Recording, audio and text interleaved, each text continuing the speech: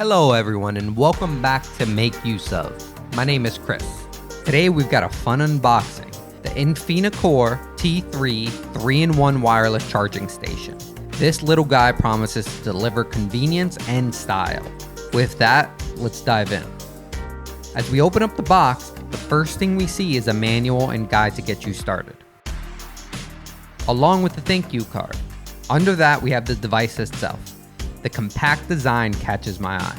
The T3 promises a clutter-free life with its multi-functionality. This foldable wireless charger is really light and portable. When folded, it might be the smallest wireless charger I've seen. When laid out, you can charge your iPhone, AirPods, and Apple Watch. This device has LED indicators to show you when the device is working, which is a nice touch. Okay, under the device, we have some more stuff, but I found getting the casing to be kind of hard, and it took me a second to open it. We have a 1 meter USB-C to USB-C cord to charge this thing. Also, the T3 comes in a white color, which I actually like better. It looks sleek and less likely to have visible fingerprints.